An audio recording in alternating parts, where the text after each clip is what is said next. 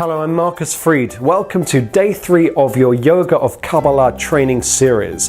This is a Kabbalistic yoga training, and it's really based on taking ancient mystical wisdom of the Kabbalah, applying it through your body, through meditation, through asana, vinyasa, physical yoga, and then really getting this sense of clarity in your mind, strength in your body, and closer to a sense of enlightenment, really thinking about how you can fulfill your divine mission on earth. How you can have your body as a pure vessel to be able to receive light, to be able to shine out light.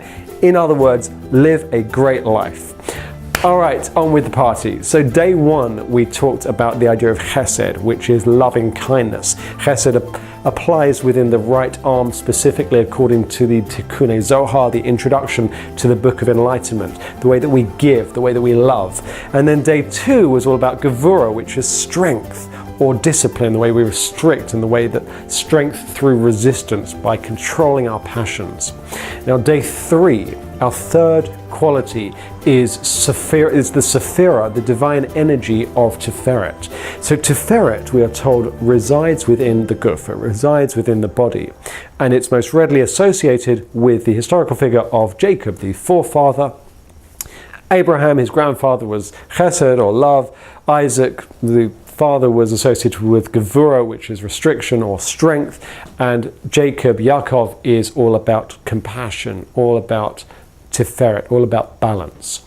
So let's look at how we can really specifically apply this to your body, how it sort of sits within the yogic framework, and then really how you can apply it to your life through the yoga. And I just want to say that really what I'm doing here is not saying this is the definitive understanding of the Kabbalah. This is just one framework, it's just one system, something which I've devised through a lot of my own understandings, looking at parallels between Kabbalah and parallels between yoga, and as say how we can find some practical applications of it. So, bit of an introduction there. Where do you experience a lack of Tiferet, a lack of either compassion or balance within your life? So just think for a moment. It could be perhaps in the workplace, it could be in your body. There might be a lack of balance. Literally within the cell structure, within your health, a lack of ease leads to dis-ease. Maybe, God forbid, you've got some kind of, or someone you know has got some kind of dis-ease, or it could just be some aches or some pains. Something kind of isn't exactly as you would like it to be. So if we were in a room full of people, I was to say, okay, raise your hands right now if something in your body isn't exactly as you would like it to be. Everyone's going to raise their hands. Why? Because we're in a human body, it's a living organism, this thing is changing. Well, maybe not everyone, but the 3 people who aren't raising their hands are possibly fibbing a little bit. But continually we go out of balance, we get ourselves back into balance. It's very much the nature of doing this thing we call life. And this is why actually a daily yoga practice, some kind of daily physical meditation practice is so important, because it helps us become mindful. When I do my practice any given day, and my practice certainly does change these days, I can notice, okay, maybe I need to do some more work on my back, maybe some hips, maybe some leg stuff, maybe some arm stuff. Maybe it's just my mind, as the freed mind goes all over the places, doesn't need to be brought back down or brought into balance. So where are the places where you have a lack of Tiferet, a lack of balance within your life? Just try to think of this. And it could be seen as a lack of compassion, because Tiferet also translates as compassion or beauty. Where are you lacking compassion to yourself, or lacking compassion to others? I'm looking down because I've written a few notes here. You can also ask where perhaps you don't have the progress in your life, where things aren't moving forwards exactly as you would like them to move forwards. So in the classical sense, Tiferet, as I say, is associated with Jacob. It's really associated in terms of balancing out these different qualities of love, restriction, and then it comes together in this inner sense of balance. And from a purely yogic perspective, on a literal level, you can look at the balanced postures. So you've got, for example, tree pose, or a headstand, or maybe a shoulder stand, or even mountain pose, actually Tadasana, Samastitihi, standing with both of your feet together. Like, how is your sense of balance within that? Is your weight on one foot more than the other? Is your hip hurting? Is your shoulder hurting? Is a part of your back hurting? Exactly where is this balance within the body? You could also look at this quality of Tiferet as associated, say, with the heart space. Anjali Mudra, these sort of different parts of the yogic canon and yogic postures which are really focused on the heart. And one thing which was just occurring to me before was we can actually look at the Yoga Sutras, a 2nd century text, approximately 2nd century, some point within that span, which is associated to a sage called Patanjali. It's possibly one person, possibly a school. And really, Yoga Sutras is a secular text. It comes from the Samkhya school of philosophy. And this is why I personally feel it works quite well in terms of having the conversation between Kabbalistic teachings and the Yoga Sutras. So in chapter 2, number 34 of the Yoga Sutras, it says that negative thoughts and emotions are violent in that they cause injury to yourself and others, regardless of whether they are performed by you, done by others, or you permit them to be done. So this is just one translation, Mukunda Styles translation of the Yoga Sutras. I'm going to read that again. Negative thoughts and emotions are violent in that they cause injury to yourself and others, regardless of whether they are performed by you, done by others, or you permit them to be done.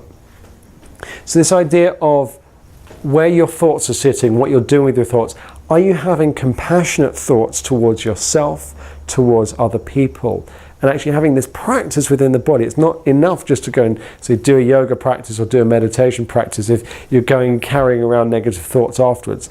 Obviously this is part of being human, but what we're trying to do is to hone our thoughts. Interestingly, as I'm reading this, it's coming to mind the Alter Rebbe in the book The Tanya, a Hasidic work, an important Hasidic work, really talks about the idea of intention, the idea of the thoughts we're holding, whether we're praying, whether we're carrying out good deeds, mitzvot. And in the Hebrew, the word is kavanah, again, intention. So we want to think about, are we having compassionate intentions? Okay, so stay focused on where's the area of your life where you could benefit from more balance, more compassion. We're now going to head over and have our daily Kabbalistic yoga practice. Today's posture is the extended side angle pose, Utthita Parsvakonasana, and we're using this for the principle of Tiferet, of balancing, of centering, of opening the heart and the central part of the body. Place your left foot forward so that your left knee is above your left ankle.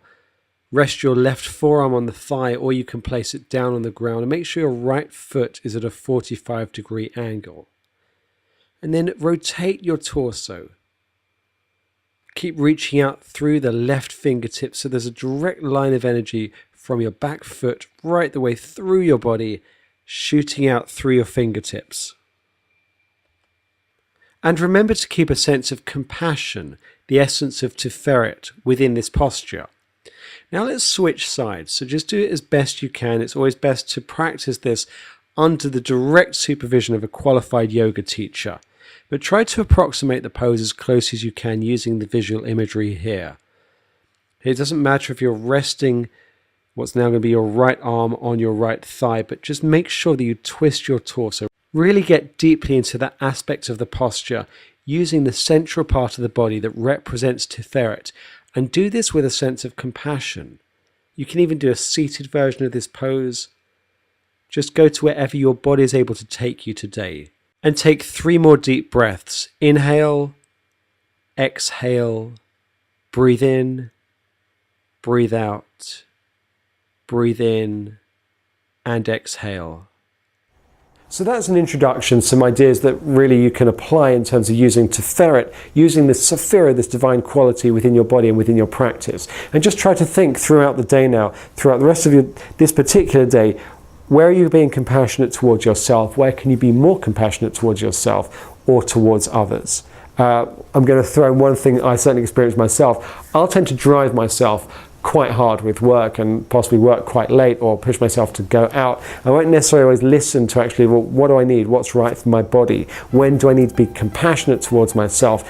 And have some more rest time so that I'm not exhausted the next day. Again, it's a balance, which is another aspect of Tiferet. So think about that sense of compassion. Think about compassion to other people who you're meeting, whether you're spending time with families, with lovers, a lover, well, however many lovers, it's entirely your choice, with partners, with spouses, with kids, family, and so forth.